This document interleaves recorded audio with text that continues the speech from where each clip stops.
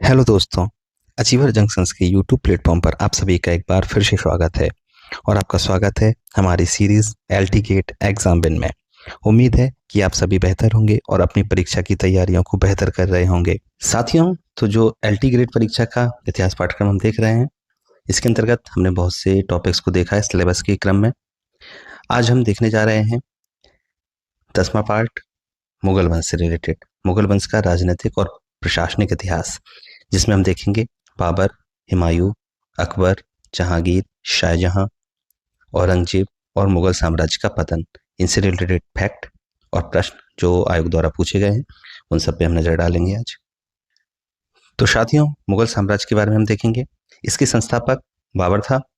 वंश चगताई तुर्क, मातृभाषा चगताई तुर्की, राजभाषा फारसी थी और राजधानी अलग अलग शासकों के अंतर्गत अलग अलग रही।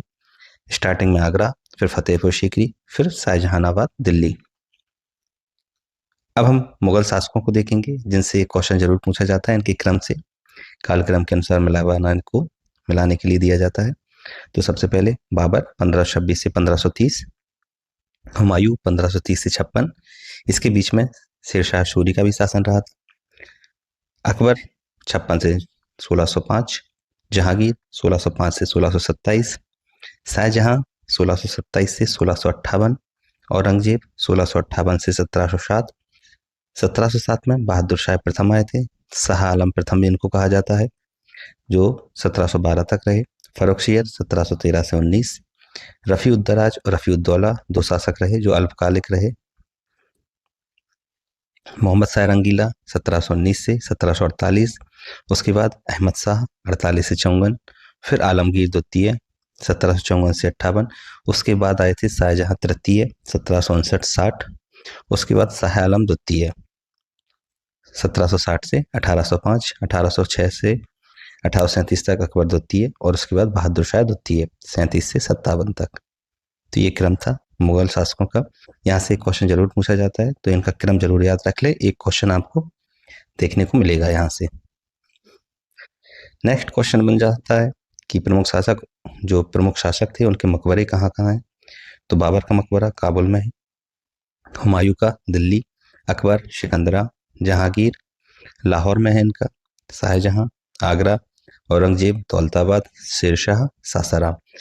तो अगर देखें मुगल शासकों में बाबर और जहांगीर, इन दोनों का भारत से बाहर है।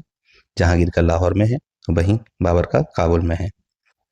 तो यहाँ से भी क्वेश्चन पूछे जाते हैं, तो इसको भी एक बार देख लेना। कुछ वन लाइनर फैक्ट्स भी देख लेते हैं पहले। 1739 में नादिर शाह का भारत पर आक्रमण हुआ था। मोहम्मद शाह रंगीला थे जब शासक। 1761 में अहमद शाह अब्दाली पानीपत के तृतीय युद्ध में मराठों को पराजित किया था। 1765 बंगाल के दीवानी अधिकार ईस्ट इंडिया कंपनी को प्राप्त हुए थे। 1857 अंतिम मुगल बादशाह बहादुर शाह जफर द्वितीय को अंग्रेज गद्दी से अपदस्थ कर देश निकाला, रंगून भेज दिया था। मुगल काल से भारत में निर्यात का अधिकतम भाग सूती वस्त्र था, ये चीज पूछी जाती है। वहीं मुगल काल में जहाज निर्माण के केंद्र कौन कौन से थे, तो बंगाल, कश्मीर, इलाहाबाद और लाहौर आपके जहाज निर्माण केंद्र थे। तानसेन ने अपनी संगीत शिक्षा ग्वालियर में स्वामी हरिदास से प्राप्त की थी, ये क्वेश्चन आता है। ब्रिटिश भारत में शुरू की गई रैयतवाड़ी व्यवस्था को मूल रूप से शेरशाह सूरी ने शुरू किया था। तो इस टाइप के कुछ वन लाइनर फैक्ट है जो आप देख लीजिएगा। आगे देखेंगे आप बाबर, जो सिलेबस में है 1526 से 1530, जो हमने देखा। मूल नाम था जहीरुद्दीन मोहम्मद, चगताई वंश से संबंध था इनका। आत्मकथा तो जो कि बाबरी या बाबरनामा, यह तुर्की भाषा में है। और भी पार्ट में हमने पहले कई पुस्तकें जो आपको बताई हैं, कुछ अरबी में थी, कुछ फारसी में, कुछ तुर्की भाषा में भी। तो यहाँ से क्वेश्चन पूछता जाता है कि कौन सी पुस्तक किस भाषा में थी, और ये बाबरनामा पूछी जाती है। जैसे चचनामा थी तो वो अरबी भाषा में थी, लेकिन जो बाबरनामा है ये तुर्की भाषा में है। ये क्वेश्चन कई बार पूछा गया है, ध्यान रखिएगा। बाबर ने भारत पर कुल 5 आक्रमण किए। 1504 में इन्हें काबुल विजय की थी। यद्यपि बाबरनामा में उसने हिंदुस्तान पर अपना पहला आक्रमण 1505 में नीगनहार जलालाबाद पर बताया था। वास्तविक जो प्रथम आक्रमण 1519 में बाजौर या बैटा में किया था। भारत में सर्वप्रथम बाबर ने बारूद और तोपखाने का प्रयोग बैठा के युद्ध में ही किया था। दूसरा आक्रमण 1519 पेशावर, तीसरा आक्रमण 1520 सियालकोट, चौथा आक्रमण 1524 में लाहौर और दीपालपुर। तो इनका क्रम जो 5 आक्रमण है इनका पूछा जाता है कब कहाँ किया, तो इसको जरूर देख लेना। जो एक बात कही जाती है कि भारत पर आक्रमण के लिए आमंत्रण दिया गया था, तो किसने दिया था? तो आलम खान इब्राहिम लोदी के चाचा थे ये, जिनने दिया था। दौलत खां ये पंजाब के गवर्नर थे। वहीं राणा सांगा के बारे में भी माना जाता है, लेकिन इसका वर्णन केवल बाबर ने अपनी आत्मकथा में किया है। तो ये पूछा जाता है कि दौलत खां कौन थे, कहाँ के गवर्नर थे? तो पंजाब के गवर्नर थे। आलम खां इब्राहिम लोदी का चाचा था। तो इन लोगों ने आमंत्रण दिया था बाबर को। बाबर द्वारा पद्य रचनाओं का संकलन दीवान में है। तुर्की पद्य हैं ये। तो दीवान देखे तो बाबर द्वारा पद्य रचनाओं का संकलन है। रचना रिशाल ए उशज खत ए बाबरी की रचना भी है एक। बाबर के सेनापति मीर वाकनी ने जो अयोध्या मस्जिद का निर्माण कराया था, तो समाप्त हो चुकी है। युद्ध देखें तो जो युद्ध का क्रम हमेशा पूछा जाता है। पहले पानीपत का प्रथम युद्ध 21 अप्रैल 1526, बाबर और इब्राहिम लोदी। बाबर के साथ इसमें उस्ताद अली और मुस्तफ़ा खां भी थे। यहाँ देखें तो बाबर की जो युद्ध पद्धति थी, तुलगमा, उस्मानी, ऑटोमन, तो युद्ध पद्धतियों का प्रयोग किया गया था बाबर के द्वारा पानीपत के प्रथम युद्ध में, जो 21 अप्रैल 1526 में हुआ था। बाबर और इब्राहिम लोदी इसमें मारा गया था। खानवा का युद्ध इसके बाद हुआ था। खानवा का युद्ध 17 मार्च 1527 बाबर और राणा सांगा के मध्य। इस युद्ध को बाबर ने जिहाद की संज्ञा दी थी इस युद्ध में, और विजय के पश्चात गाजी की उपाधि भी धारण की थी। तो ये चीज फैक्ट पूछी जाती है कि किस युद्ध में जिहाद की संज्ञा दी और गाजी की उपाधि धारण की, तो खानवा का युद्ध। तो पानीपत, उसके बाद खानवा का युद्ध। नेक्स्ट चंदेरी का युद्ध 29 जनवरी 1528, बाबर और मेदिनी राय। शेरशाह सूरी बाबर के साथ इसमें लड़ा था। नेक्स्ट घाघरा का युद्ध 7 मई 1529, बाबर और अफगान संघ के बीच। बिहार व बंगाल की संयुक्त अफगान सेना नेता महमूद लोदी था। ये क्वेश्चन पूछा जाता था कि कौन था इसमें, तो महमूद लोदी था। जल और थल दोनों जगह यह युद्ध लड़ा गया था। तो ये क्वेश्चन यहाँ से एक भी आप पूछा जाता है। पानीपत का प्रथम युद्ध, मतलब इसका क्रम चारों युद्धों का क्रम जरूर पूछ लिया जाता है, तो इसको एक बार ध्यान रखें। और इसमें भी ये चीज कि किसमें गाजी की उपाधि रखी थी, महमूद लोदी कौन था, यहाँ से क्वेश्चन पूछे गए हैं, तो इनको जरूर देख लें। बाबर ने साम्राज्य का विभाजन किया था, तो कहाँ हुमायूं को दिल्ली और आगरा का क्षेत्र मिला था। कामरान, काबुल और कांधार, सिंध एवं पंजाब का क्षेत्र मिला था। अस्करी को संभल की जागीर मिली थी और हिंदाल को अलवर का क्षेत्र। तो साम्राज्य का विभाजन 4 भागों में किया गया था, हुमायूं, कामरान, अस्करी और हिंदाल। तो ये चीज पूछी जाती है, यहाँ से भी क्वेश्चन आया था, पीसीएस द्वारा पूछा गया था। नेक्स्ट सर ये पुल का युद्ध 1501 में सेवानी खान ने बाबर को पराजित कर मध्य एशिया से खदेड़ दिया था, तब वो इस साइड से आया था। तो सर ये पुल का युद्ध 1501 में हुआ था, जिसमें सेवानी खान ने बाबर को पराजित किया था। कुल ए मलिक 1512 युद्ध में अबेदुल्ला खां उज्बेक ने बाबर को पराजित किया था। तो इस साइड से पराजित हुआ बाबर, तब यहाँ पर भारत में उसने प्रवेश किया था और यहाँ एक स्थायी शासन की आधारशिला रखी थी। अब हुमायूं को देखेंगे। हुमायूं 1530 से 1556 तक शासन हुआ था इनका। बीच में द्वितीय अफगान साम्राज्य की भी स्थापना थी। चलिए तो पहले इनका युद्ध देखेंगे। कालिंजर का आक्रमण 1531। हुमायूं का पहला सेना अभियान बुंदेलखंड के कालिंजर के विरुद्ध था। यहाँ के शासक थे प्रताप रुद्रदेव। यह अभियान असफल रहा था। दूसरा है देवरा का युद्ध, ये भी पूछा जाता है, दोराह या देवरा का युद्ध। हुमायूं ने अफगान विद्रोहियों को परास्त किया था। गोमती नदी के तट पर महमूद लोदी एवं शेरशाह की संयुक्त सेना को पराजित किया था। तो यह महमूद लोदी और जो शेरशाह थी उनकी संयुक्त सेना को इसने पराजित किया था गोमती नदी के तट पर, देवरा का युद्ध। तो ये युद्ध भी कालक्रम के अनुसार पूछ लिए जाते हैं प्रश्न में। कुछ बाबर के युद्ध उठा लेंगे, कुछ हुमायूं के, आगे भी बहुत से युद्ध हैं या संधियां, तो इस टाइप से क्वेश्चन आते हैं, तो इनको इनकी डेट जरूर ध्यान रखें। वर्ष महत्वपूर्ण होते हैं युद्धों के, यहाँ से क्वेश्चन पूछा जाता है। वहीं 1532 में हुमायूं ने चुनार दुर्ग पर प्रथम बार आक्रमण किया था और राजस्थान के महत्वपूर्ण किले को जीता था। 1533 में तीन पनाह नगर बसाया था। हुमायूं ने शेर मंडल नामक एक पुस्तकालय बनाया था जहां से गिरगिन की मृत्यु भी हुई थी। तो ये सही है, 1533 में दीन पनाह नगर बसाया था और शेर मंडल नामक एक पुस्तकालय बनाया था। हुमायूं के दरबार में मौलाना इलियास एवं शाह ताहिर नक्षत्र विद्वान थे, तो ये पूछा जाता है इनके बारे में, ये फैक्ट कि जो हुमायूं के दरबार में मौलाना इलियास और शाह ताहिर कौन थे, तो नक्षत्र विद्वान थे। यह नक्षत्र विद्वान कौन था, तो मौलाना इलियास और शाह ताहिर। 1535 में हुमायूं गुजरात एवं मालवा जीतने वाला पहला शासक बना था। तो ये भी क्वेश्चन आता है कि सबसे पहले गुजरात और मालवा की विजय किसने की थी, तो हुमायूं ने। गुजरात शासक बहादुर शाह को पराजित कर मांडू एवं चंपानेर किले को भी जीता था, तो ये ध्यान रखिएगा। अगला आता है चौसा का युद्ध। कई बार बहुत से एग्जाम में क्वेश्चन पूछा जा चुका है। चौसा का युद्ध 26 जून 1539 हुमायूं और शेरशाह के बीच में। हुमायूं को पराजित कर शेरखान ने शेरशाह की उपाधि इसी युद्ध में रखी थी। वहीं बिलग्राम या कन्नौज का युद्ध 1540 में हुआ था।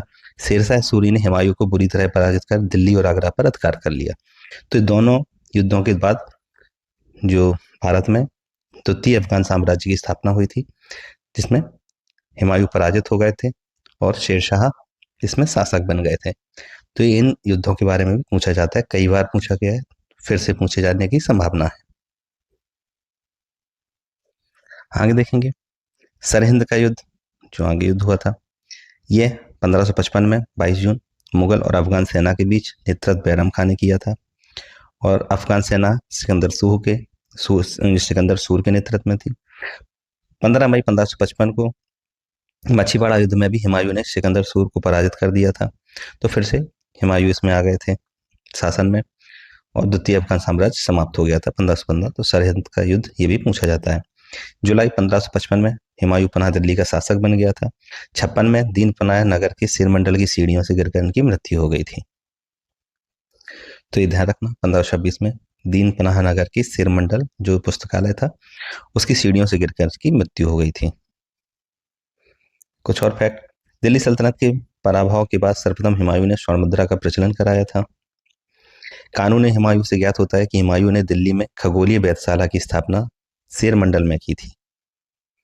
मेहदी खान बाबर का बहनोई था। हुमायूं के स्थान पर बाबर के उत्तराधिकारी के रूप में मीर खलीफा की पसंद था। ये भी कुछ फैक्ट आ जाते हैं। सर्वप्रथम तुलादान को अपनाया हुमायूं ने। अब हम अकबर की चर्चा करेंगे। यहाँ से मैक्सिमम क्वेश्चन आते हैं। 1556 से 1605 तक अकबर का शासन था। जन्म 15 अक्टूबर 1542 अमरकोट में। राजपूत जो राजा थे राणा बीरशाल, इनके महल में हुआ था। राज्याभिषेक कालानौर पंजाब में हुआ था। 1556 में संरक्षक इनके बैरम खां बने थे। पानीपत का द्वितीय युद्ध 5 नवंबर 1556 में हुआ था। अकबर इसमें सेनापति बैरम खां थे और मोहम्मद आदिल शाह सूर अफगान के सेनापति हेमू थे। तो इसके बीच में पानीपत का द्वितीय युद्ध हुआ था 5 नवंबर 1556 में, जिसमें अकबर विजयी हुआ था।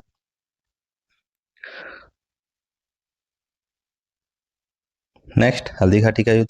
अकबर और मेवाड़ के राजा राणा प्रताप के बीच यहाँ अकबर की सेना का नेतृत्व मानसिंह द्वारा किया गया। वहीं मेवाड़ के राणा प्रताप का जो नेतृत्व किया था इनने, तो अफगान सरदार हाकिम खां थे। इनके बीच में युद्ध हुआ था। अकबर के से संबंधित महत्वपूर्ण कार्य देखेंगे तो हल्दी घाटी का युद्ध भी पूछा जाता है, इसको भी ध्यान रखें, क्रम के रूप में कभी भी पूछ लेते हैं। अकबर ने दास प्रथा का अंत 1562, यहाँ से क्वेश्चन जरूर आता है। तीर्थ यात्रा कर की समाप्ति 1563, जजिया कर की समाप्ति 64, बाल विवाह पर रोक 1564, जबरन सती प्रथा पर रोक 1565, अधिक मद्यपान पर रोक 1567, फतेहपुर सीकरी की स्थापना एवं राजधानी का आगरा से फतेहपुर सीकरी स्थानांतरण 1571 में। तो ये फैक्ट देखें आप, इसमें से जरूर आता है क्वेश्चन। वहीं राजधानी का लाहौर स्थानांतरण 1585 में। सिजदा व पैबोस की शुरुआत 1577-78 में की गई थी अकबर के काल में। इबादत खाने की स्थापना 1575 में। इबादत खाने में सभी धर्मों के लोगों को प्रवेश की अनुमति 78 में। मजहर की घोषणा या मजहरनामा 1579 में। इसने धर्म के मामले में सर्वोच्च निर्णयकर्ता बना दिया अकबर को। तौहीद इलाही या दीन इलाही की स्थापना 1582 ईस्वी में। अकबर द्वारा प्रवर्तित नया धर्म था ये। वहीं इलाही संवत की शुरुआत 1583 में। गज इलाही या बीघा इलाही की शुरुआत 1588 में। कश्मीर का प्रथम यात्रा 1589। सती प्रथा का निषिद्ध हो जाना 1591। तो ये सामाजिक जो इनने काम किया था, तो इनकी डेट से क्वेश्चन जरूर आता है। तो एक बार सारी डेट्स जरूर देख लेना, इनको याद कर लेना, कालक्रम में या सीधा डेट से कोई क्वेश्चन आ जाता है। कुछ और फैक्ट्स देखेंगे। अकबर के समकालीन ये पूछा जाता है कौन कहाँ पर था, कहाँ पर कौन कौन था। तो इंग्लैंड की महारानी एलिजाबेथ प्रथम थी, फ्रांस के सम्राट हेनरी चतुर्थ थे, और फारस के में महान अब्बास तो अकबर के समकालीन थे। झरों का दर्शन, सिजदा एवं जमी बोस की शुरुआत करने वाला पहला मुगल शासक अकबर ही था। अकबर ने तैमूरी शासक मिर्जा सुलेमान को अपने दरबार में संरक्षण दिया था। अकबर व औरंगजेब ही वह दो मुगल बादशाह थे जिनके खिलाफ फतवा जारी हुआ था। तो ये क्वेश्चन ही पूछा जाता है अकबर और औरंगजेब के खिलाफ। अकबर के नवरत्न अबुल फजल, राजा टोडरमल, अब्दुल रहीम खान खाना, राजा बीरबल, इनका महेशदास नाम था, फैजी, फकीर अजीदुद्दीन, तानसेन, राजा मानसिंह, मुल्ला दो प्याजा। तो भारत के जो अकबर के नवरत्न थे उनमें इन लोग शामिल थे। इसमें पूछ लेता है कौन शामिल नहीं था, तो इसको जरूर याद रख लें, एक क्वेश्चन यहाँ से भी आ सकता है। अब देखेंगे अकबर द्वारा विजित प्रदेश। अकबर ने जो भारत में विभिन्न प्रदेशों को विजित किया था, तो कौन सा प्रदेश, वहाँ के शासक कौन सी ईयर में जीता था, और मुगल सेनापति वहाँ कौन था। तो इस टाइप से हम देखेंगे। तो मालवा, बाज बहादुर थे मालवा में, 1561 में मालवा विजय की थी। मुगल सेनापति अदम खां या पीर मोहम्मद थे। वहीं चुनार का विजय की थी, तो अफगानों का शासन था यहाँ पर, 1562 में किया था। अब्दुल्ला खां यहाँ के मतलब यहाँ सेनापति थे, इनने नेतृत्व किया था यहाँ का। गोंडवाना या गढ़कटंगा, वीर नारायण एवं दुर्गावती यहाँ पर नेतृत्व करता थी, शासक थे यहाँ के। 1564 में विजय किया था, आशफ खां का नेतृत्व था इसमें। आमेर यहाँ के शासक भारमल थे, 1562 में स्वेच्छा से अधीनता स्वीकार कर ली थी। वहीं मेड़ता जयमल 1562, सरफुद्दीन यहाँ नेतृत्व किया था। मेवाड़ उदय सिंह एवं राणा प्रताप 1568 अकबर ने नेतृत्व किया था। रणथंबोर सुरजनहाड़ा यहाँ के शासक थे, 1569 भगवान दास एवं अकबर यहाँ खुद नेतृत्व किया था अकबर ने भगवान दास के साथ।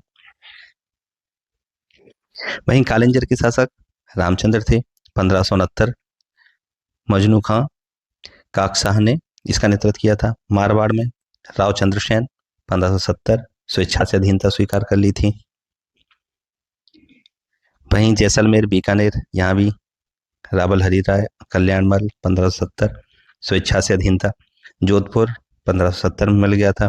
गुजरात मुजफ्फर खां तृतीय थे यहाँ पर, 1572 में सम्राट अकबर खुद यहाँ पर किया था नेतृत्व। सरनाल का युद्ध ये फेमस है गुजरात का, तो ये जरूर ध्यान रखें। वहीं बिहार एवं बंगाल दाऊद खां शासक थे वहाँ, 1574-76 मुनीम खां खाने खाना यहाँ का नेतृत्व किया था। काबुल हकीम मिर्जा 1581 में मानसिंह ने एवं अकबर नेतृत्व किया था। कश्मीर में यूसुफ याकूब खां शासक थे, 1586 में इसका विजय किया था। भगवान दास एवं काशिम खां यहाँ पर थे। उड़ीसा निसार खां का शासन था, 1592 में शामिल किया था, मानसिंह ने नेतृत्व किया था यहाँ पे। सिंध जानी बेगम 1593 अब्दुल रहीम खाने खाना ने नेतृत्व किया था। बलूचिस्तान में बनी अफगान थे, 1595 मीर मासूम ने इसका नेतृत्व किया था। वहीं कांधार मुजफ्फर हुसैन 1595 शाह बेग ने नेतृत्व किया था। कभी कभी इस टाइप से क्वेश्चन आ जाता है, थोड़ा सा कठिन हो जाते हैं, तेज नाम याद रखना, लेकिन जरूर देख के जाएं, कम से कम कब कहाँ का शासन किया था इसका क्रम जरूर देख लें, एक क्वेश्चन यहाँ से आएगा। दक्षिण भारत में देखें तो खानदेश 1591, अहमदनगर 1595 और असीरगढ़ विजय लास्ट थी 1601। दक्षिण पर प्रथम आक्रमण 1595 अहमदनगर माना जाता है।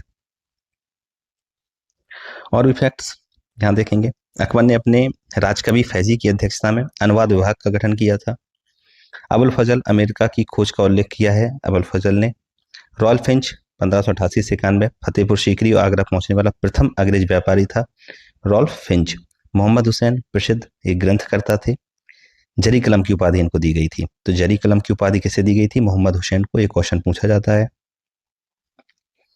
जैन आचार्य हरिविजय सूरी और जिन चंद्र सूरी, इनसे पूछते हैं कि जगत गुरु की उपाधि हरिविजय सूरी को दी गई थी और युग प्रधान की उपाधि जिन चंद्र सूरी को दी गई थी। तो यहाँ से भी क्वेश्चन कई बार पूछा गया है रिपीटेड मोड में, तो इसको जरूर याद रख लें। कंफ्यूज हो जाता है कि किसे जगत गुरु की थी और किसे युग प्रधान की, तो दोनों आप देख लीजिए। तानसेन, इनका नाम रामतनु पांडे था। इन्हें तानसेन की उपाधि ग्वालियर के राजा ने दी थी, ना कि अकबर ने, तो ये ध्यान रखना। अकबर ने इनको उपाधि दी थी कंठवरण वाणी बिलास की और मियाँ की, तो ये ध्यान रखना कि तानसेन को उपाधि तानसेन की ग्वालियर के राजा ने दी थी, अकबर ने दी थी कंठवरण वाणी बिलास और मियाँ। संरक्षण इनको दिया था भाटा के राजा रामचंद्र सिंह ने। यहाँ से भी क्वेश्चन कई बार पूछा गया है। अकबर ने सूफी मत में अपनी आस्था जताते हुए चिश्तिया संप्रदाय का समर्थन किया था। सुलह कुल की नीति अकबर की थी। सार्वभौमिक सहिष्णुता की नीति थी। बीरबल को कवि प्रिय की उपाधि भी दी थी। ब्रह्मा उपनाम से कविताएं लिखते थे। 1575 में इबादत खाना की स्थापना, जो हमने ऊपर देखा। धर्मशास्त्र विषयों पर वाद विवाद के लिए इनने बनाया था इसे। संस्कृत विद्वान गोविंद भट्ट, अकबर के युग के कालिदास इनको कहा जाता है, गोविंद भट्ट को। 1564 उज्बेकों का विद्रोह अकबरकालीन प्रथम विद्रोह था। बिहारी मल या भारमल पहला राजपूत राजा था जिसने स्वेच्छा से अकबर की अधीनता स्वीकार कर ली थी। अकबर राजपूतों की स्वतंत्रता का प्रथम विजेता कर्नल टॉड ने कहा था। अकबर को राजपूतों की स्वायत्तता का प्रथम विजेता कर्नल टॉड ने। 1562 में महामानगा के पुत्र आदम खां की मृत्युदंड दिया था अकबर ने। गढ़कटंगा या गोडवाना अकबर ने 1564 में आसफ खां के नेतृत्व में गढ़कटंगा राज्य को विजित किया था। यहाँ पर शासक वीर नारायण थे, अल्पवयस्क थे, तो इनकी माता दुर्गावती शासका थी, साहसी शासका थी काफी। रानी दुर्गावती ने शाही दल का विरोध वीरतापूर्वक किया, किंतु गढ़ एवं मालवा के मांडला के बीच हुई युद्ध में वह पराजित हो गई थी। शहजादा सलीम के सारे पर ओरछा के बुंदेला सरदार वीर सिंह देव ने अबुल फजल की हत्या करा दी थी 1602 में। तो कभी कभी कालक्रम में पूछ लेते हैं कब किसकी हत्या भी हुई थी, तो कहीं ना कहीं ये पॉइंट पूछा गया है। पीसीएस में भी कई बार पूछा गया, तो ये सब ध्यान रखें। इम्पोर्टेंट जो फैक्ट्स हैं, घटनाएं हैं, उनको जरूर याद रखें। 1573 में घोड़ा दागने की प्रथा का पुनः प्रचलन कराया था। 1575 में मनसबदारी व्यवस्था के आधार पर सैनिक संगठन खड़ा किया था। भू राजस्व में जब्ती प्रणाली, आयने दहसाला, टोडरमल बंदोबस्त भी कहा जाता है, जिसे आयने दहसाला को 1580 में लागू किया गया था। अकबर द्वारा गुजरात विजय की स्मृति में राजधानी फतेहपुर सीकरी में एक बुलंद दरवाजा बनाया गया था 1572-73 में। पर्सी ब्राउन इसे 1601 में बनाया। वो बताते हैं कि दक्षिण विजय के उपलक्ष्य में बनाया था, लेकिन एक्चुअल है कि गुजरात विजय की स्मृति में 1572-73 में इसको बनवाया गया था।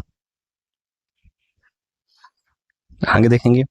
अकबर द्वारा दीवान का पूर्ण रूप में दर्जा दिए जाने वाला प्रथम व्यक्ति मुजफ्फर खां तुर्बती था।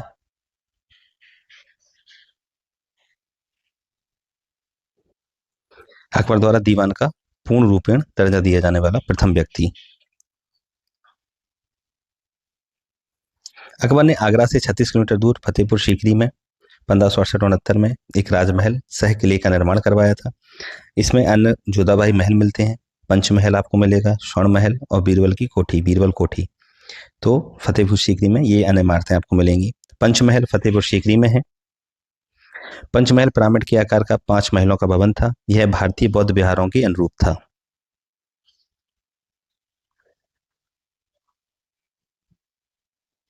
अकबर नवजात शिशुओं के लिए गूंज महल इसने बनवाया था। यात्री कौन कौन से आए थे? जॉन न्यूबेरी, पहला अंग्रेज जो अकबर के समय इंग्लैंड के राजा का पत्र लेकर आया था। विलियम लीड्स, अकबर द्वारा नियुक्त हीरो के सत्यापन के लिए प्रसिद्ध अंग्रेज हीरा विशेषज्ञ था। जॉन मिल्डेन हॉल 1599 में भारतीय व्यापारियों के साथ व्यापार करने के उद्देश्य अकबर के समय पहुंचा था। तो ये आपके 3 हैं, जॉन मिल्डेन हॉल, विलियम लीड्स और जॉन न्यूबेरी। गोल्डी नाम से भी एक था जो आया था। अकबर के राज का भी आपके मुल्ला गिजाली थे 1572 तक। फैजी थे फिर। मलिक उस शोरा की उपाधि भी इनको मिली थी, मलिक उस शोरा। दीन इलाही अकबर की मूर्खता का स्मारक था, यह बी ए स्मिथ ने किया था, कहा था ये। सुलह कुल का वर्णन अबुल फजल द्वारा किया जाता है। अकबर के विरुद्ध जौनपुर से फतवा किसने जारी किया था? तो मिर्जा हाकिम। ये बिल लाइनर फैक्ट है, कई बार पूछे गए हैं। 1579 में मजहर को तैयार किया था शेख मुबारक ने, जो फैजी के पिता थे। अकबर ने बल्लभाचार के पुत्र विठल नाथ को गोकुल एवं जैतपुरा की जागीर भी दी थी। तो ये वन लाइनर कुछ फैक्ट थे, इनसे भी क्वेश्चन आते हैं। अब जहांगीर की चर्चा करेंगे। 1605 से 1627 ईस्वी तक शासन था। विजय उड़ीसा के खरदा पर विजय की थी 1611 में। 13 में कूच बिहार और कामरूप। 1615 में बिहार का खोखर प्रदेश विजित किया और 1620 में किश्त पार विजय। इसके समय में विद्रोह कौन से हुए थे? इनका भी क्रम है, 3-4 विद्रोह जो हुए थे। तो खुसरो का 1606 में, बंगाल विद्रोह 1599, 1612, खुर्रम 1623 और महाबत खां का 1626। तो कुछ 3-4 विद्रोह हुए थे, इनका भी क्रम पूछ लिया जाता है। बहरावाल का युद्ध 1606 में जहांगीर और खुसरो के बीच में हुआ था। ये यहाँ पर खुसरो को पराजित किया गया था। जहांगीर ने बहरावाल जालंधर के निकट खुसरो को पराजित किया। खुसरो की सहायता करने के कारण सिखों के जो 5वें गुरु थे अर्जुन देव, उनको फांसी दी गई थी। जहांगीर ने वीर सिंह बुंदेला द्वारा अबुल फजल की हत्या करवाई थी। 3000 का मनसब इनको दिया था वीर सिंह बुंदेला को। खुर्रम या शाहजहां 1623 में आगरा के निकट बिलोचपुर की लड़ाई में महाबत खां ने शाहजहां को हरा दिया था। शाहजहां दक्षिण में मुगल साम्राज्य की राजधानी बुरहानपुर भाग गया था। दोस्पा सिंहस्पा यह प्रथा जहांगीर ने चलाई थी। इसके अंतर्गत बिना जात पद बढ़ाए हुए ही मनसबदारों को अधिक सेना रखनी पड़ती थी। जहांगीर के निसार नामक सिक्के प्रचलन किया था। चांदी का निसार सिक्का जहांगीर ने प्रचलन कराया था, ये पूछा जाता है। चित्तौड़गढ़ की संधि मेवाड़, ये प्रमुख उपलब्धि थी। 1615 ईस्वी में राणा अमर सिंह तथा जहांगीर की मध्य संधि हुई थी। सर्वप्रथम जहांगीर ने ही मराठों को मनसबदारी या उमरा वर्ग में शामिल किया था। तो ये पूछा जाता है कि मराठों को किसने शामिल किया था? तो जहांगीर ने सर्वप्रथम मराठों को मनसबदारी में शामिल किया था। मुगल सम्राट जहांगीर ने जंजीर अदली नामक न्याय की घंटी लगवाई थी।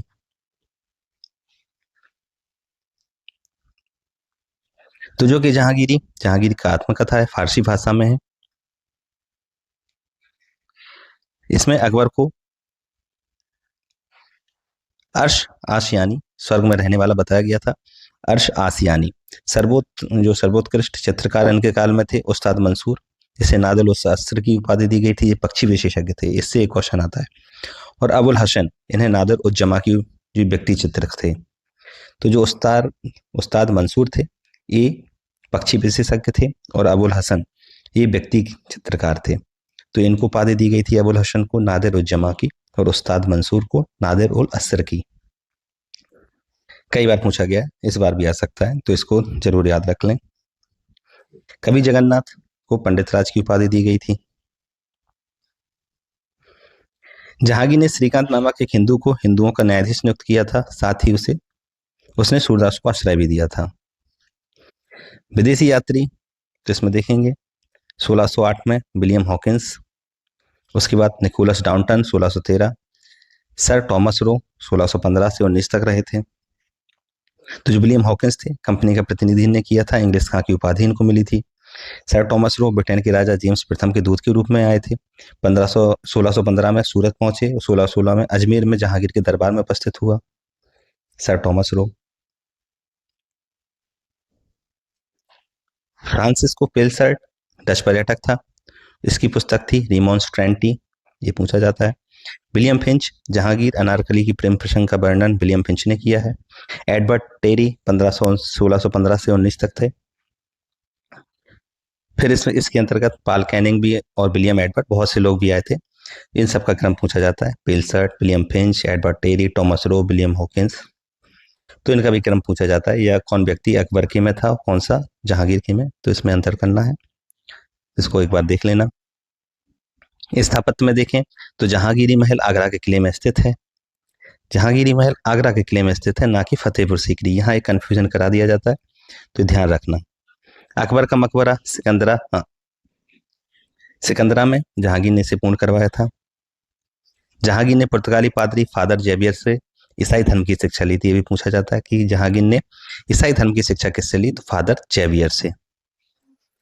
पियत्रो देला वेले 1622 से 26 एक किताबी यात्री था, जो 1622 में जहांगीर के काल में सूरत पहुंचा था। इसने भारत के तटीय क्षेत्रों की विस्तृत यात्रा की थी, तो ये भी ध्यान रखना। जहांगीर ने सर्वप्रथम राजा की आकृति के से युक्त सिक्के चलाए थे।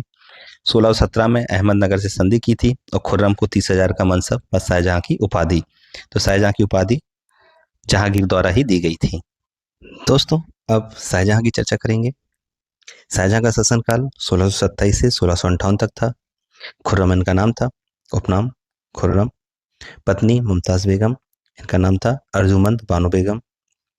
विद्रोह, जो प्रमुख विद्रोह इनके हुए थे, खाने जहां लोधी का विद्रोह 1628 में, जुझार सिंह बुंदेला का विद्रोह 1628, महोबा के चंपत राय, मालवा में भागीरथ भील, कांगड़ा विद्रोह विद्रोह जगत सिंह के नेतृत्व में, और तिब्बत विद्रोह अब्दाल। तो ये प्रमुख विद्रोह थे, इनके बारे में पूछा जाता है, कभी कभी डेट से भी, कभी कभी जोड़ियों के रूप में, कहाँ कौन था या किसके नेतृत्व में विद्रोह किया गया था। 1632 में देखें, हुगली से पुर्तगालियों को बाहर किया था। 1633 में अहमदनगर पर कब्जा किया। यहाँ के शासक हुसैन शाह को ग्वालियर के किले में कैद कर दिया। तो ये पूछता है कि जब अहमदनगर पर कब्जा किया गया तो वहाँ के शासक कौन थे, तो हुसैन शाह। पलनाइनर क्वेश्चन आता है। 1633 में अहमदनगर पर कब्जा किया था, ये इंपॉर्टेंट है, ध्यान रखना। आगे देखेंगे 1636-37 सिजदा पैबोस प्रथा समाप्त हो गई। चहार तस्लीम प्रथा का आरंभ किया गया। सिजदा पैबोस मुगलों में आरंभ की थी अकबर ने, और इसको समाप्त कर दिया था आपका शाहजहां ने। चहार तस्लीम प्रथा आरंभ की थी। शाहजहां ने राजधानी आगरा से दिल्ली स्थानांतरित की थी 1638 में लगभग। शाहजहां ने इलाही संवत के स्थान पर हिजरी संवत चलाया था, ये भी पूछा जाता है। राज्याभिषेक के 20वें वर्ष शाहजहां ने मनसबदारी व्यवस्था में सुधार करते हुए सिसमाहा या छमाहा प्रणाली लागू की थी, मासिक प्रणाली इसको बोलते हैं। तो इसमें शाहजहां के काल में लागू किया गया था। शाहजहां के ही समय लगान वसूलने के लिए भूमि ठेके पर इजारेदारी, इसको बोलते हैं इजारेदारी प्रथा, इसको शुरू किया गया। इजारेदारी सर्वप्रथम खालसा भूमि में लागू किया गया था। भू राजस्व लगभग 50% था, 1/2। कंधार राज्य ईरान के साहेब और मुगलों के बीच संघर्ष की जड़ था। कंधार राज्य शाहजहां के काल में 1649 ईस्वी में कंधार पर पुनः ईरानी अधिकार हो जाने से मुगल साम्राज्य को सामरिक महत्व के केंद्र के दृष्टिकोण से बड़ा धक्का पहुंचा। तो कंधार शाहजहां के काल में मुगलों से निकल गया था। आगे देखें, बल्ख अभियान 1646 में काबुल की सीमा से बल्ख एवं बदख्शा में मित्र शासकों को लाना। मुराद बल्ख विजय की थी मुराद ने। और फैक्ट्स देखेंगे, राजकवि के कलीम थे अबू जलही, ईरानी फारसी पद्य शैली में इन्हें लिखा था, ईरान फारसी पद्य शैली। तरवारी अब्दुल हमीद लाहौरी थे। मोहम्मद बारिश चंद्रभान ब्राह्मण। गंगा लहरी रस गंगाधर के तिलक के लेखक हैं, जो पंडित जगन्नाथ शाहजहां के राजकवि ये भी थे। शाहजहां ने बनारस के संस्कृत और हिंदी के महान विद्वान कविंद्राचार्य सरस्वती को राजकीय संरक्षण प्रदान किया था। ये क्वेश्चन पीसीएस में पूछा गया था। तो किसने कविंद्राचार्य सरस्वती को राजकीय संरक्षण दिया, तो शाहजहां ने दिया था, बनारस के थे ये। और इन्हीं की अर्जी पर बनारस व इलाहाबाद से तीर्थ यात्रा कर समाप्त किया गया था। दारा शिकोह सिर्र अकबर नाम से उपनिषद फारसी अनुवाद कराया था उनने। मज़्म उल बहरीन मूल रचना है इनकी। उपाधि साहिब बुलंद इकबाल की उपाधि दारा शिकोह। तो ये तीनों फैक्ट पूछे जाते हैं दारा शिकोह के बारे में। ईरानी व हिंदी वास्तुकला का सर्वप्रथम समन्वय ताजमहल में देखा जाता है। शाहजहां के स्थापत्य में शाहजहानाबाद दिल्ली, शीश महल, मोती मस्जिद, खास महल, जामा मस्जिद, ताजमहल, लाल किला, नगीना मस्जिद, ये सब शाहजहां के काल में बनाया गया था। एल श्रीवास्तव ने शाहजहां के काल को मध्ययुगीन इतिहास का स्वर्णयुग बताया था। कोहिनूर हीरा, कोहिनूर हीरा के बारे में कभी कभी पूछ लिया जाता है। तो यह हीरा बारंगल की गोलकुंडा खान से निकला था। तेलंगाना के शासक प्रताप रुद्र देव ने यह हीरा काफूर को मलिक काफूर अलाउद्दीन खिलजी के समय दिया था। मलिक काफूर शेख मुबारक खिलजी के पास पहुंचा। मीर जुमला मुअज्जम खां थे, उन्होंने इसे शाहजहां, जिसे शाहजहां ने मयूर सिंहासन में लगवा लिया था। 1739 में जब नादिर शाह का आक्रमण हुआ तो वो मयूर सिंहासन ईरान ले गया था, तो फिर वो वहां चला गया। 1813 में रणजीत सिंह को विस्थापित अफगान शासक शाह शुजा ने लाहौर में कोहिनूर हीरा भेंट किया था। 1849 में ये आपका रणजीत सिंह से इनकी दिलीप सिंह के पास पहुंचा था, इनकी वंशज, और फिर यहाँ से इंग्लैंड की महारानी के पास चला गया। तो इसका क्रम कभी कभी पूछ लेते हैं कहाँ से कहाँ पूछा गया, तो इसको देख लेना एक बार। 1658 में औरंगजेब ने शाहजहां को आगरा के किले में कैद कर दिया था, फिर धीरे उनकी मृत्यु हो गई इसके बाद। शाहजहां के काल में विदेशी नागरिक कौन कौन आए थे, एक बार देख लेंगे। पीटर मुंडी इतालवी यात्री थे। फ्रांसिस बर्नियर फ्रांसीसी चिकित्सक थे। ट्रेवर्नियर फ्रांसीसी थे, ये भी 6 बार भारत आए थे। ट्रेवल्स इन इंडियन की किताब थी, भारत में हीरा की खदानों की इसमें चर्चा की गई है। तो ट्रेवर्नियर, बर्नियर, मुंडी, इनके बारे में पूछा जाता है। मनुची इतालवी यात्री थे, 1653 से 1708 तक। भारत का दर्पण इन्होंने लिखा। दारा शको के समय ये तोपची थे, वहीं औरंगजेब के समय ये चिकित्सक हो गए थे। तो इनके बारे में पूछा जाता है, तो ध्यान रखें किसके शासक के काल में कौन कौन से विदेशी नागरिक आए थे, क्वेश्चन आता है। वहीं मैंडेशला अल्प समय के लिए भारत आया था, तो ये भी आए थे यहाँ पे। साथियों अब औरंगजेब की चर्चा करेंगे। इनका आलमगीर 1658 से 1707 ईस्वी तक शासन किया था। 2 बार राज्याभिषेक हुआ था, जुलाई 1658 में आगरा में, दूसरा जून 1659 में दिल्ली में। उत्तराधिकार का युद्ध का क्रम क्या है, ये हमेशा क्वेश्चन यहाँ से एक पूछा जाता है। तो उत्तराधिकार का जो युद्ध हुआ वह बहादुरपुर का युद्ध पहले शाह शुजा और शाही सेना का नेतृत्व जयसिंह द्वारा किया जाता था, तो शुजा इसमें पराजित हुए थे। दूसरा धर्मठ का युद्ध उज्जैन के पास अप्रैल 1658 में औरंगजेब व मुराद की संयुक्त सेना और शाही सेना के बीच में, यहाँ भी शाही सेना पराजित हुई थी। सामूगढ़ का युद्ध दारा और औरंगजेब तथा मुराद के बीच हुआ था, इसमें दारा पराजित हुए। खजवा का युद्ध शुजा और औरंगजेब के बीच, तो यहाँ शुजा पराजित हुए। देवराई का युद्ध दारा और औरंगजेब, दारा पराजित, दारा को मृत्युदंड मिली। बर्नियर इसके प्रत्यक्षदर्शी थे देवराई के युद्ध के, तो ये अजमेर के पास हुआ था। तो कौन सा स्थान कहाँ पर है और इनका क्रम, यहाँ से क्वेश्चन जरूर आता है, तो इसको एक बार अच्छे से देख लीजिएगा। पहला बहादुरपुर, इस टाइप से भी याद कर सकते हैं अगर शॉर्ट में, BDSKD। तो बहादुरपुर, धर्मत, सामूगढ़, खजवा और देवराई, तो इनका युद्ध हुआ था। कब कब हुआ, किस किस स्थान पे था। सामूगढ़ आगरा के पास है, धर्मट उज्जैन के पास मध्य प्रदेश में, खजवा इलाहाबाद के पास है, देवराई अजमेर राजस्थान। तो ये सबसे क्वेश्चन भी पूछे जाते हैं। आगे देखें, राजकीय इतिहासकार मोहम्मद काजिम थे इनकी आलमगीरनामा पुस्तक थी। औरंगाबाद मुगलों के दक्षिण सूबे की राजधानी बनी। विद्रोह अफगान, जाट, सतनामी, बुंदेला, राजपूत, इसी क्रम में विद्रोह हुआ था औरंगजेब के काल में। AJSBR इस टाइप से कुछ भी आप ट्रिक बना सकते हैं। तो अफगान, जाट, सतनामी, बुंदेला और राजपूत। पहला संगठित विद्रोह आगरा व दिल्ली में बसे जाते जाटों द्वारा किया गया था। संगठित विद्रोह 1669 में गोकुल के नेतृत्व में पहला हिंदू विद्रोह हुआ था। 1685 में द्वितीय जाट विद्रोह राजाराम, और फिर 1689 में चूड़ामन के नेतृत्व में हुआ था। तो ये विद्रोह भी पूछे जाते हैं, तो इनकी डेट भी याद रखना है।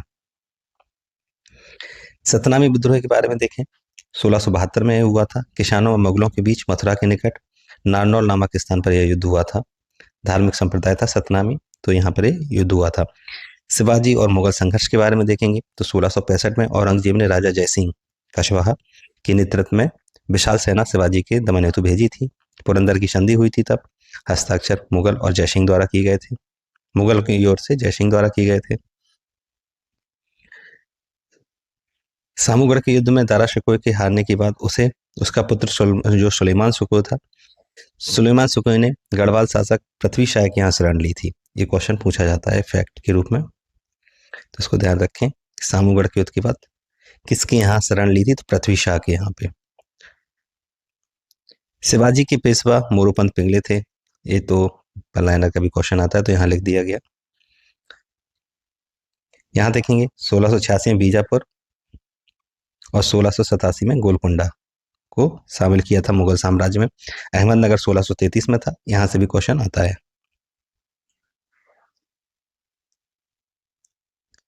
1663 में सती प्रथा को प्रतिबंधित किया गया। तीर्थ यात्रा कर फिर से लगाया गया।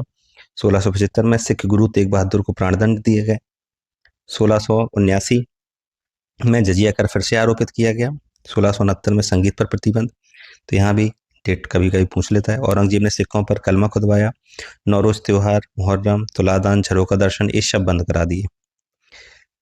तुलादान 1670 में, झरोका दर्शन 1669 में बंद करा दिए थे।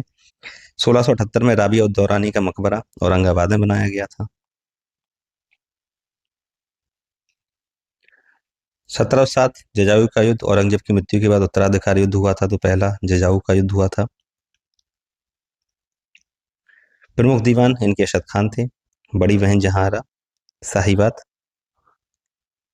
उज्र, यही कहा जाता था उनको। मुगलों की प्रशासनिक व्यवस्था देखेंगे। राजत्व का दैवीय सिद्धांत जिल्ली अल्लाह टाइप का होता था। वजीर, वकील, प्रधानमंत्री होते थे। दीवान वजारत राजस्व वित्तीय मामलों संबंधी विभाग होता था सबसे बड़ा। दीवान ए कुल वित्त एवं राजस्व का सर्वोच्च अधिकारी होता था। वही मीर बख्शी सैन्य विभाग का उच्चाधिकारी था। मनसबदारी व्यवस्था के सुचारू संचालन का जिम्मेदार यही थे। भू राजस्व अधिकारियों का पर्यवेक्षण भी ये करते थे। मीर ए शमा घरेलू विभागों का प्रधान होता था। बयूतात मृत पुरुषों की धन संपत्ति में से राज्य का हिस्सा काटकर उत्तराधिकारी को सौंपना। वस्तुओं के दाम निर्धारक, निर्मित वस्तुओं व खर्च का हिसाब रखना ये बयूतात का काम था। तो ये पूछा जाता है कि कौन सा काम कौन करता था। दीवान बयूतात शाही कारखानों में खर्च का परीक्षण। सद्र उल सदूर और काजी उल कुज्जात। सद्र उल सदूर धार्मिक मामलों का प्रधान। काजी उल कुज्जात जब न्याय विभाग के प्रमुख के रूप में कार्य करे तो उसको काजी बोलते थे। मुफ्ती काजी का सहायक। मुहत्सिब प्रजा के नैतिक चरित्र की देखभाल करने वाला अधिकारी। मीर ए तुजुक प्रमुख सचिव, धार्मिक अनुष्ठान प्लस राजस्व देखता था। उत्सव का आयोजन इसी के द्वारा होता था। अमीर ए हाजिब दरबारी शिष्टाचार का मुख्य प्रबंधक। बरवक, बरवक भी होता था दरबारी शिष्टाचार से संबंधित। दीवान ए आला अमीरों का प्रमुख। दीवान ए तन वेतन और जागीर संबंधी मामलों का निपटारा। दरोगा ए डाक चौकी गुप्तचर विभाग। बाकिया नबीस समाचार लेखक। खुफिया नबीस गुप्त पत्र लेखक। हरकारा जासूस या संदेश वाहक। ये सब नाम प्रशासनिक जो प्रशासनिक अधिकारी हैं ये कहीं ना कहीं पूछे गए हैं, पूछे हुए नाम है सब आयोग के द्वारा, तो इनको जरूर ध्यान रखें। मीर आतिश तोपखाने का प्रधान अधिकारी। साहिब तौजीह सैनिक लेखाधिकारी। मीर अर्ज बादशाह के पास भेजे जाने वाले आवेदनों का प्रभारी होता था। मीर बहर जल सेना का प्रधान। मीर ए बर वन विभाग का अधीक्षक। मुशरिफ आय व्यय का लेखा जोखा रखने वाला लेखाधिकारी होता था। मुस्तौफी लेखा परीक्षक। मुशरिफ और मुस्तौफी यहाँ से भी क्वेश्चन पूछता है। आय व्यय का निरीक्षण भी करता था मुस्तौफी, वही लेखा परीक्षक होता था। बंदरों की जो बंदरगाह होती थी उनकी देखभाल के लिए मुशद्दी। मुतसर्रिफ कारखानों की देखभाल, इन सब का लेखा जोखा रखना। कारकुन भूमि कर का हिसाब रखने वाला। कोतवाल शहरों में शांति व्यवस्था के लिए। सहनाए मंडी बाजार मूल्य नियंत्रण। सहनाए पील हाथियों का सेना प्रमुख, हाथी जो हस्त सेना होती थी उसका प्रमुख होता था। अमीर ए आखूर अश्वसेना का प्रधान। निशान राजकुमारों द्वारा जारी आदेश कहलाते थे। मंशूर सम्राट द्वारा धार्मिक अधिकारियों को प्रदत्त आज्ञा पत्र मंसूर कहलाते थे। हस्म ए कल्ब राजा के निजी घुड़सवार सैनिक होते थे और माबाश विद्रोही क्षेत्र थे। तो ये जोड़ी पूछी गई थी पीसीएस में, तो इसको भी देख लें। महाल ए पैबाकी क्या होती थी? जागीर के लिए जो आरक्षित भूमि होती थी उसको महाल ए पैबाकी बोलते थे। तो इस टाइप से प्रशासनिक शब्दावली पूछी जाती हैं। अब प्रशासन पर चर्चा करेंगे। प्रशासन मुगल शासन सैन्य शक्ति पर आधारित एक केंद्रीकृत व्यवस्था थी। ये क्वेश्चन इस टाइप से कूट में पूछा जाता है स्टेटमेंट देके। तो सैन्य शक्ति पर आधारित एक केंद्रीकृत व्यवस्था थी। 1580 में अकबर ने संपूर्ण साम्राज्य को 12 सूबों में बांटा था। जहांगीर ने 15, शाहजहां के काल में सर्वाधिक सूबे थे 22 सूबे, औरंगजेब में 21। तो ये भी पूछता है कि सर्वाधिक प्रांत किसमें थे, तो शाहजहां के काल में। शाहजहां के समय दक्षिण में 4 प्रांत थे, इसके बारे में देखेंगे। खानदेश, बरार, तेलंगाना। खानदेश असीरगढ़ का किला, राजधानी बुरहानपुर थी। बरार राजधानी एलिचपुर और ग्वालीगढ़ प्रमुख दुर्ग था इसका। तेलंगाना बालाघाट प्रांत, नांदेड़ प्रांत, एक नांदेड़ प्रांत, ये सब तेलंगाना के अंतर्गत आते हैं, बालाघाट प्रांत और नांदेड़ प्रांत। जो मुगल प्रशासन है इसमें सूबा प्रांतों में बटे हुआ था, फिर सरकार जिला स्तर पर, परगना, गांव या देहात बोलते थे, देह, कभी कभी उनको माबदा भी बोलते हैं। तो इस टाइप से ये विभाजन था। यहाँ गवर्नर रहता था। सरकार में फौजदार, मुख्य प्रशासक, अमलगुजार, वित्त अधिकारी और वित्तकची भूमि एवं लगान संबंधी कागजात का अधीक्षक होता था। तो ये वित्तकची पूछा गया है। परगना में शिकदार आमिल होते थे। आमिल आपकी राजस्व एकत्रण करते थे। ग्रामीण क्षेत्र में ग्राम प्रधान, खुद मुकद्दम चौधरी, इस टाइप से रहते थे अलग अलग जगह। चकला सूबा व परगना के बीच की क्षेत्रीय इकाई थी। ये पूछा जाता है वन लाइनर, चकला क्या था मुगल प्रशासन में, तो सूबा और परगना के क्षेत्र के बीच की एक क्षेत्रीय इकाई थी। न्याय व्यवस्था देखें तो न्याय व्यवस्था औरंगजेब फतवा आलमगीरी का संकलन, ये न्यायिक कानून थे इनके, इस्लामिक राजकीय धर्मनिरपेक्ष कानून, इनको जवाबित बोला जाता था धर्मनिरपेक्ष कानूनों को।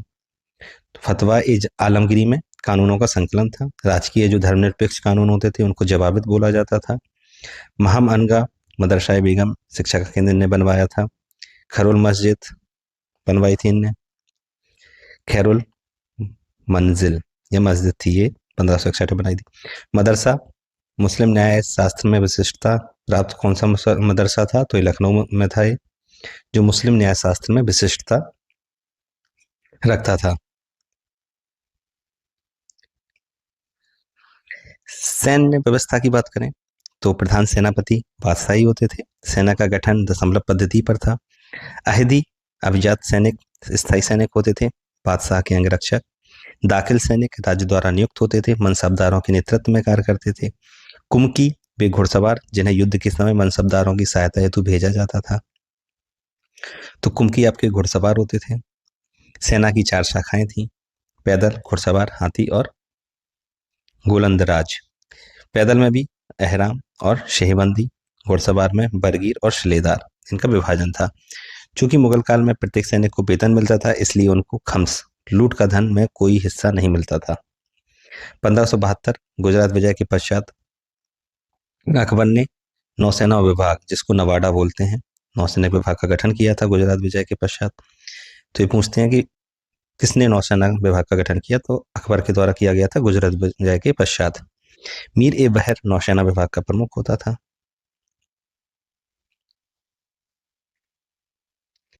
मौलिम प्रत्येक जहाज पर नियुक्त वह व्यक्ति जो दिशाओं को पहचानने एवं सितारों की स्थिति पढ़ने में निपुण होता था, उसको मौलिम बोलते थे। मनसबदारी व्यवस्था के बारे में चर्चा करें तो यहाँ से भी क्वेश्चन एक पूछा जाता है। मनसबदारी व्यवस्था को मुगल साम्राज्य का इस्पाती ढांचा कहा जाता था। मनसब कोई पदवी या पदसंज्ञा नहीं थी, वरन यह किसी अमीर की स्थिति का बोध कराती थी। इस प्रकार मनसब का अर्थ पद या श्रेणी था। प्रारंभ मध्य एशिया मंगोलिया में होता था। उद्देश्य था साफ सुथरा प्रशासन लागू करना। मनसबदारी एक एकल व्यवस्था थी, इसमें असैनिक सैनिक दोनों प्रकार के उत्तरदायित्व आते थे। तो कोई भी हो, आप मुगल शासन में शामिल होना चाहते हैं प्रशासन में, तो मनसबदारी व्यवस्था का अंग होना पड़ेगा आपको। तो इस टाइप में डिटेल कभी कभी कूट में पूछ लिया जाता है। मनसबदारी व्यवस्था दशमलव प्रणाली पर आधारित थी, ऊपर ही देखा। मनसब का आवंटन आनुवांशिक आधार पर ना होकर योग्यता के आधार पर किया जाता था। जागीरदार वे मनसबदार होते थे जिन्हें नगद वेतन के बदले कुछ भू राजस्व दिया जाता था, जिन्हें जागीर कहा जाता था। तजवीज मनसबदार नियुक्त करने की याचिका तजवीज कहलाती थी। ये पूछा गया है वन लाइनर। सबसे ऊंचे सैनिक उपाधि खाने खाना, एक खाने जमा की होती थी। मनसबदारी प्रथा अकबर द्वारा 1875 में लागू की गई थी। 3 श्रेणी होती थी इसकी, मनसबदार, अमीर और अमीर ए उम्दा। जात और सवार होता था। जात वेतन व पद की स्थिति का सूचना देता था, वहीं सवार घुड़सवार दस्ते की संख्या का बोध कराता था कि आपके पास कितने घुड़सवार हैं, वो सवार बताएगा। कितने घोड़े हैं, तो घुड़सवार दस्ते की संख्या सवार है, और जात है आपका वेतन या पद की स्थिति। मशरूत प्रणाली, इसकी शुरुआत औरंगजेब ने की थी। इसके तहत किसी अभियान या विद्रोह के समय बिना जात पद में वृद्धि किए सवार संख्या में वृद्धि की जाती थी। तो मशरूत प्रणाली से रिलेटेड है। अकबर वतन जागीर व्यवस्था की शुरू की थी। ये राजपूतों के लिए था वतन जागीर। उनको उनके क्षेत्र में ही जो जागीर होती थी आवंटित की जाती थी। एलची या साफिर राज्य का राजदूत होता था। राज्य का प्रतिनिधि, इसको एलची या साफिर कहा जाता था। सर्वप्रथम वतन जागीर को साम्राज्य में मिलाने का प्रयास औरंगजेब द्वारा किया गया था, मारवाड़ के संदर्भ में। भूमि एवं भू राजस्व प्रणाली के प्रकार देखें। भूमि के 4 वर्ग थे अकबर के काल में: पोजल, परती, चाचर और बंजर। पोजल हर वर्ष खेती होती थी। जब भूमि को बिना बोए छोड़ दिया जाता था तो परती, 3-4 वर्षों पर बिना बोए छोड़ दिया जाए तो चाचर, और 4 से 5 वर्ष अधिक हो तो बंजर भूमि है। मदत मास विद्वानों को दी जाने वाली राजस्व मुक्त अनुदान भूमि होती थी, मदत मास। एम्मा क्या है? यह भूमि प्रार्थना प्रशंसा के लिए जो मुस्लिम धर्मवेद होते थे और लेमा होते थे उनको दी जाती थी एम्मा। एक वर्ष में 2 फसली अर्थव्यवस्था मुगल मुगल काल में प्रचलित थी। गैर अमली क्या होता था? वह भूभाग जो मुगल व्यवस्था के अंतर्गत नहीं आते थे वह गैर अमली थी। 2 अमली ऐसा क्षेत्र जिस पर मराठों व मुगल दोनों का नियंत्रण होता था, तो उसको 2 अमली कहा जाता था। कृषकों की भी 3 श्रेणियां थी: खुदकास्त, पाहीकास्त और मुजारियान। अपनी भूमि पर स्वयं खेती करते थे। दूसरे गांव में अस्थायी रूप से जाकर बटाईदारी पर कृषि करते थे। मुजारियन खुदकास्त को, जो खुदकास्त थे वो जमीन किराए पे ले लेते थे उनकी और खेती करते थे अपनी साइड, तो मुजारियन कहलाते थे। भू राजस्व अकबर और शाहजहां, उपज का 1/3 था। शाहजहां के काल में उपज का 1/2 मतलब 50%। मुल्तान व राजस्थान में 25%, कश्मीर में 50%, अलग अलग जगह अलग अलग था। आगे देखेंगे माल और महसूल। उपज कर होता था, वास्तविक राजस्व होता था यह माल या महसूल। जिहात, विभिन्न फसलों पर लिया जाने वाला पृथक कर था। जिहात, जिहाद नहीं, जिहात। खेत बटाई, लंक बटाई या रास बटाई, ये प्रकार थे इसमें। जरी भूमि मापने के लिए प्रयोग की जाती थी। जब्ती या दहसाला, भूमि की पैमाइश एवं गल्ले की किस्म पर आधारित थी। इस पद्धति में कर केवल नगद के रूप में लिया जाता था। नकदी कर था आपकी जब्ती या दहसाला। नस्क या कनकूद व्यवस्था में पिछले वर्षों की पैदावार व भुगतान का अंदाजा लगाते थे, और जमींदार भू राजस्व से जमींदार या भूस्वामी है लगान की व्यवस्था करता था। आयन दहसाला, कोड़रमल बंदोबस्त भी इसको बोलते हैं। पिछले 10 वर्षों के उत्पादन व उस समय प्रचलित मूल्यों का 1/3 ये लिया जाता था, 1/3 33%। खरवार पद्धति कश्मीर में थी। कश्मीर में पैदावार का अनुमान गधे की लदाई के आधार पर किया जाता था, जिसे खरवार बोलते थे।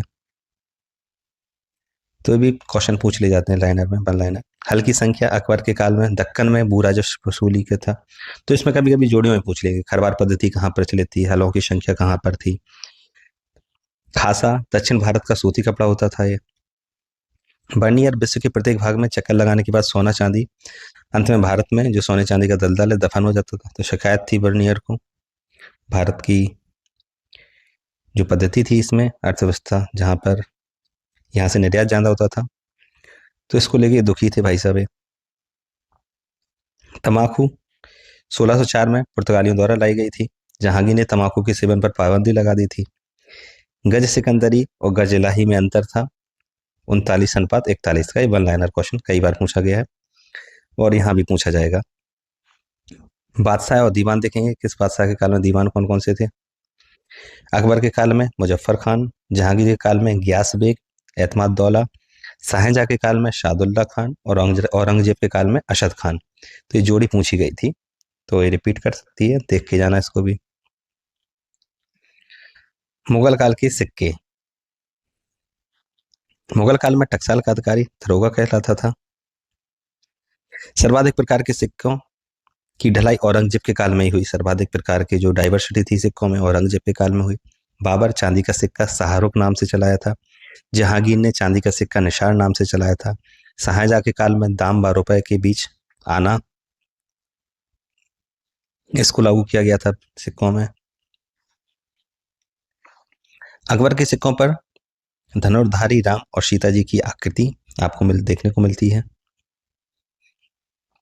क्वेश्चन पूछा जाता है किस शासक के, तो अकबर। मुगल काल में सर्वप्रथम सोने के सिक्के और आकृति युक्त सिक्के चलाने का श्रेय अकबर को जाता है। अकबर की मुद्राओं पर सूर्य चंद्रमा का पद में बखान भी किया गया है। मुद्रा स्वर्ण चांदी तांबे अलग अलग प्रकार की होती थी। देखें तो इसमें स्वर्ण को मोहर, सबसे बड़ा सिक्का संसब कहलाता था। इलाही सिक्का भी स्वर्ण का था आपका। तो स्वर्ण में देखेंगे तो मोहर, संसब, इलाही, ये स्वर्ण सिक्के थे। चांदी के सिक्के में जलाली और रुपया था। तांबे के सिक्के में दाम और चीतल थे।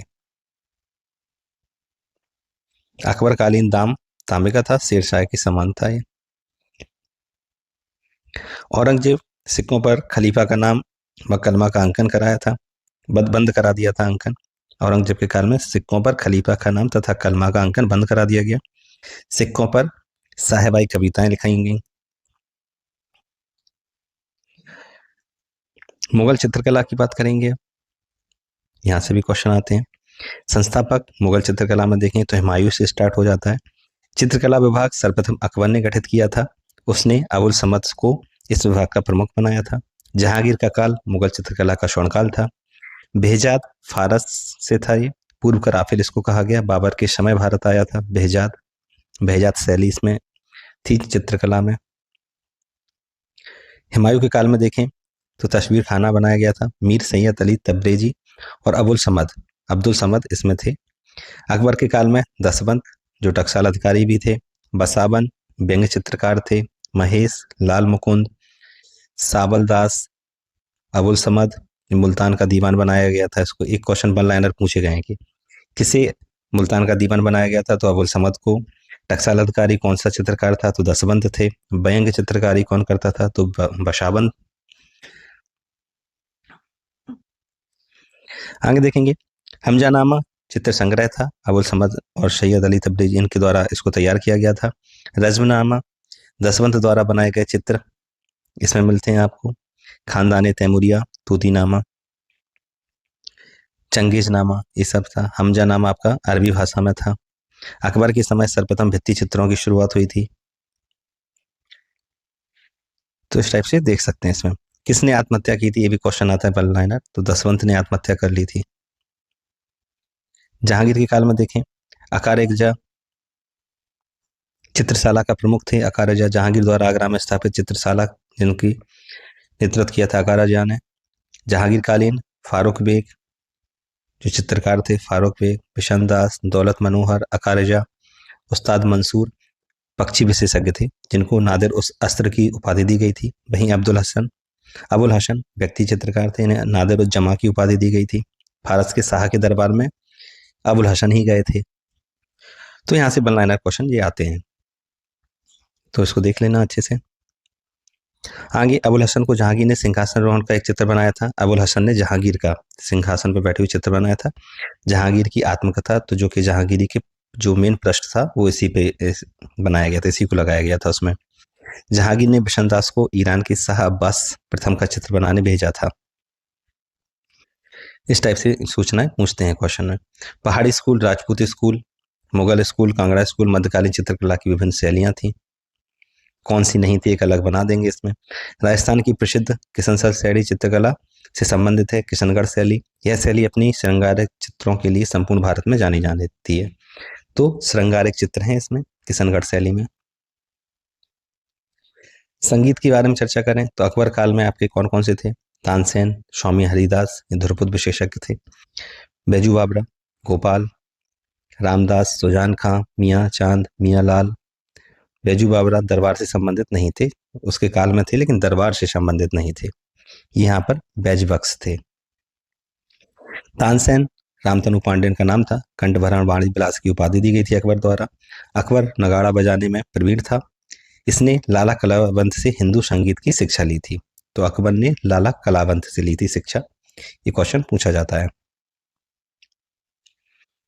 बिलास खां जहांगीर के दरबार का प्रमुख संगीतज्ञ था। शाहजहां कालीन में जगन्नाथ, रामदास, सुरभसेन, सूरसेन, लाल खां, इनको गुड़ समुद्र की उपाधि दी गई थी। तुरंग खां, ये सब थे। औरंगजेब के काल में फारसी भाषा में भारतीय संगीत, शास्त्रीय संगीत, इनकी पर सर्वाधिक पुस्तकें लिखी गई थी औरंगजेब के काल में ही। मान कौतूहल का अनुवाद रागदर्पण के नाम से फकीरुल्लाह ने किया था, औरंगजेब को भेंट की थी इसकी। औरंगजेब वीणा वादन में कुशल था। मोहम्मद शाह रंगीला के समय ख्याल गायन लोकप्रिय हुआ था।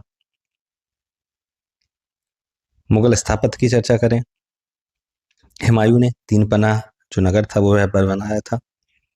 हाजी बेगम हुमायूं की जो पत्नी थी, हुमायूं का मकबरा इन्हें बनवाया था अकबर के काल में।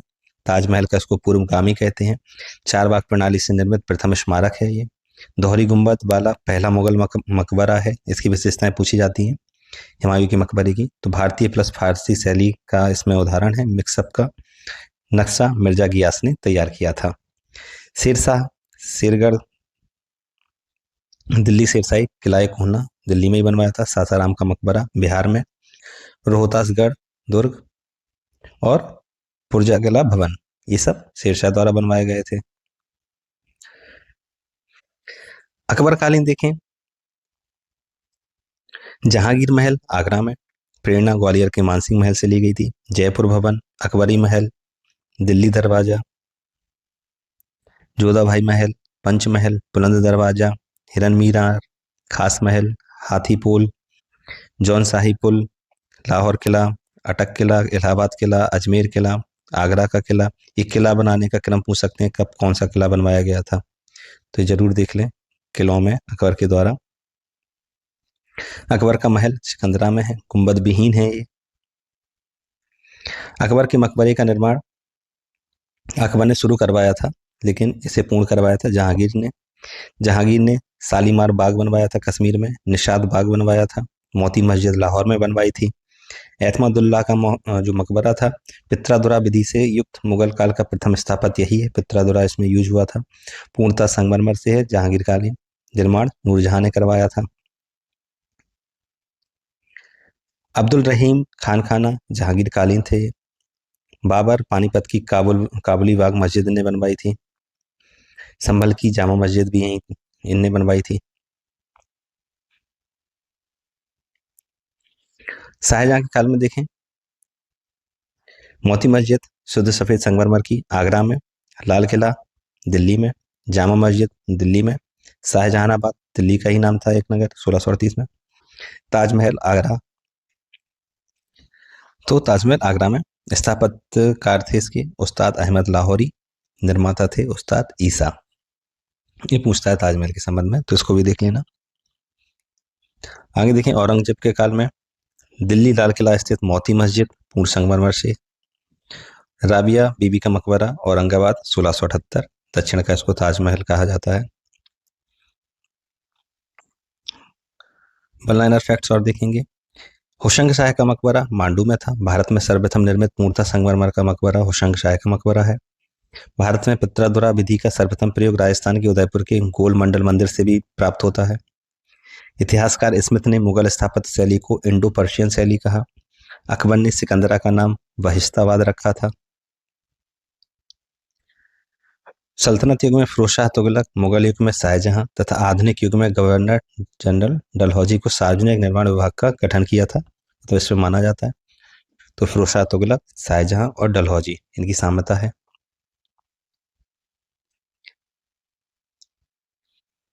आगे देखें, खैरुल मंजिल और मदरशाह बेगम महामंगा ने अकबर के काल में बनवाया था। मुगल कालीन शहाब नहर का निर्माण फिरोज शाह की राजबहार को पुनर्जीवित करके किया गया था अकबर के द्वारा। तो साहब नहर ये पूछा जाता है, हाल ही में पूछे गए थे 1-2 साल में ये पीसीएस में। शाहजहां ने फिरोज तुगलक द्वारा निर्मित नहर ए साहिब की मरम्मत कराई तथा उसका नाम रखा नहर ए शाह। औरंगजेब की जो पुत्री थी जेबुनशना ने दिल्ली में बैतुल उलूम नामक एक स्कूल खुलवाया था। गाजीउद्दीन हैदर अवध के नवाब का वजीर था।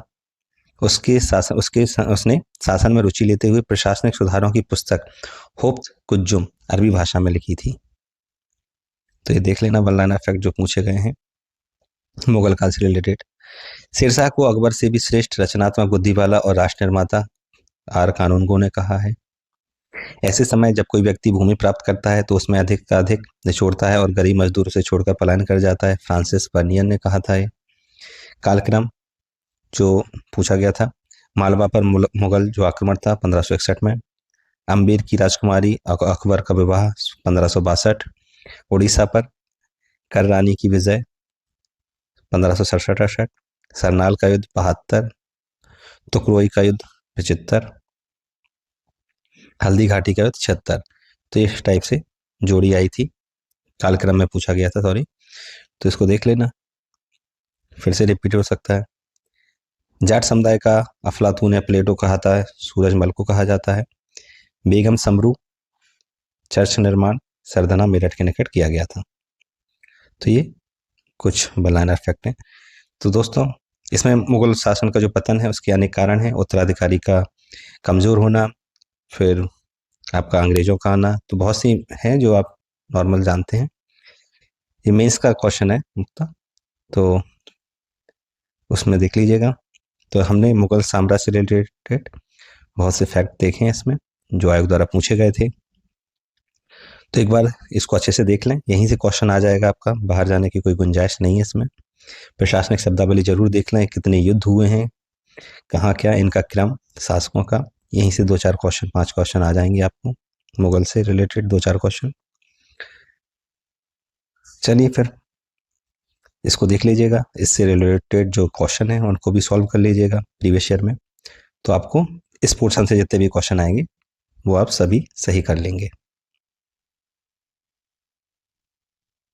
तो साथियों एलटी गेट परीक्षा के इतिहास पाठ्यक्रम में आज हमने इस क्रम से देख ही रहे थे सिलेबस के अकॉर्डिंग हम लोग। तो आज हमने देख लिया है मुगल वंश का राजनीतिक और प्रशासनिक इतिहास, इसमें जितने भी शासक थे इनकी क्या क्या विशेषताएं, इनके काल में क्या क्या हुआ, अर्थव्यवस्था से लेकर सारी चीज़ें, सैन्य प्रशासन, चित्रकला वगैरह सारी चीज़ों को हमने कवर किया है जो फैक्ट लोक सेवा आयोग द्वारा पूछे गए हैं। तो इसको जरूर अच्छे से देख लें क्योंकि मुगल काल इंपॉर्टेंट है, इससे क्वेश्चन आते हैं ना केवल पीटी में बल्कि मेंस में भी। अब अगला टॉपिक हमारा वीडियो होगा इस पर आधारित, जिसमें हम बहमनी साम्राज्य, विजयनगर साम्राज्य, मराठों का उदय एवं पतन और शिवाजी, इनसे रिलेटेड फैक्ट जो रहेंगे हम उनको देखेंगे। साथियों जितने भी फैक्ट आप देख रहे हैं इन टॉपिक से, मीन्स का भी सिलेबस यही है। तो जो टॉपिक जो फैक्ट्स आप याद कर रहे हैं तो उनको अच्छे से याद कीजिए, केवल ये ना सोचिए कि हमें ऑब्जेक्टिव क्वेश्चन सॉल्व करके उसको भूल जाना है, क्योंकि मीन्स में भी इन्हीं फैक्ट्स का यूज होगा। तो आप अगर अभी अच्छे से याद करे रहेंगे तो मीन्स में आपको लिखने में बहुत ज़्यादा सहायता मिलेगी। तो इसलिए इन फैक्ट्स को अच्छे से याद करें, एकदम रट लें, ताकि आपको जब आंसर राइटिंग करेंगे आप तो उसमें मदद मिलेगी। इन्हीं फैक्ट से आप अपने जो कॉन्सेप्ट हैं, जो अवधारणा है, उनको आप सिद्ध करेंगे और एक अच्छा आंसर लिख पाएंगे। तो इनके फैक्ट्स हैं वो अभी से अच्छे से याद रखें आप हमारे जो व्हाट्सएप ग्रुप से जुड़ना चाहते हैं एलटी ग्रेड, तो आप जुड़ सकते हैं, नीचे लिंक डिस्क्रिप्शन में दी गई है, तो वहाँ से आप जाके जुड़ जाइए। आपको वहाँ पे इस टाइप से मैटर और मिलता रहेगा, किस टाइप से क्वेश्चन आते हैं या और कोई भी नई इन्फॉर्मेशन से रिलेटेड, तो आपको वहाँ मिल जाएगी।